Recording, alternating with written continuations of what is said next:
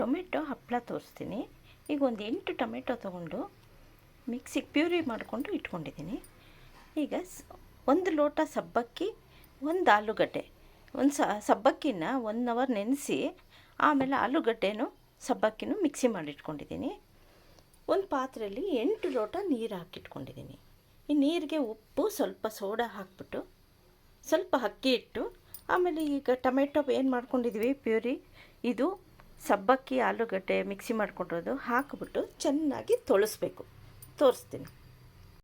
ಸಬ್ಬಕ್ಕಿನೂ tomato puree ಆಲೂಗಡ್ಡೆ ಎಲ್ಲ ಹಾಕಿ ಕುದ್ದಿದೆ ಸ್ವಲ್ಪ. ಈಗ ಅದಕ್ಕೆ 1 ಸ್ಪೂನಷ್ಟು ಜೀರಿಗೆ ಹಾಕ್ತಾಯಿದ್ದೀನಿ. ಬರೀ ಮೆಣಸಿನ ಪುಡಿ ಸ್ವಲ್ಪ ಹಾಕ್ಕೊಳ್ಳಿ, ಎಷ್ಟು ಬೇಕೋ ಅಷ್ಟು, ನಿಮ್ಗೆ ರುಚಿ ಎಷ್ಟು ಬೇಕೋ ಅಷ್ಟು ಹಾಕ್ಕೊಳ್ಳಿ. ಆಮೇಲೆ ಸ್ವಲ್ಪ ಕರಿಬೇವು, ಕೊತ್ತಂಬರಿ ಸೊಪ್ಪು,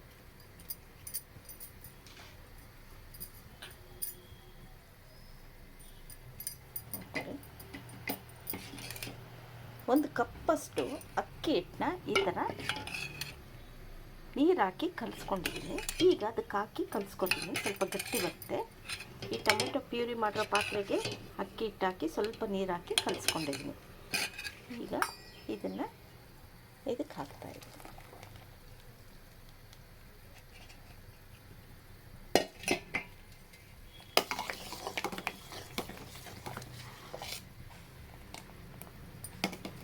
ಈಗ ಇದು ಸ್ವಲ್ಪ ತಣ್ಣಗಾದಮೇಲೆ ಒಂದು ಕವರು ಶೀಟು ಹಾಕ್ಬಿಟ್ಟು ಒಂದು ಬಟ್ಟೆ ಮೇಲೆ ಹಾಕಿ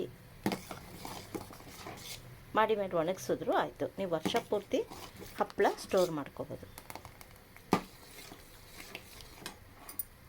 ಶೀಟ್ಗೆ ಈ ಥರ ಲೈಟಾಗಿ ಎಣ್ಣೆ ಹಿಂಗೆ ಸವರ್ಕೊಂಡು ಆಮೇಲೆ ಹಪ್ಪಳ ಇಡಿ. ತುಂಬಾ ಎಣ್ಣೆ ಸವರಬೇಡಿ, ಎಣ್ಣೆ ವಾಸನೆ ಬಂದುಬಿಡುತ್ತೆ ನೋಡಿ. ಈ ಥರ ಇಡಬೇಕು.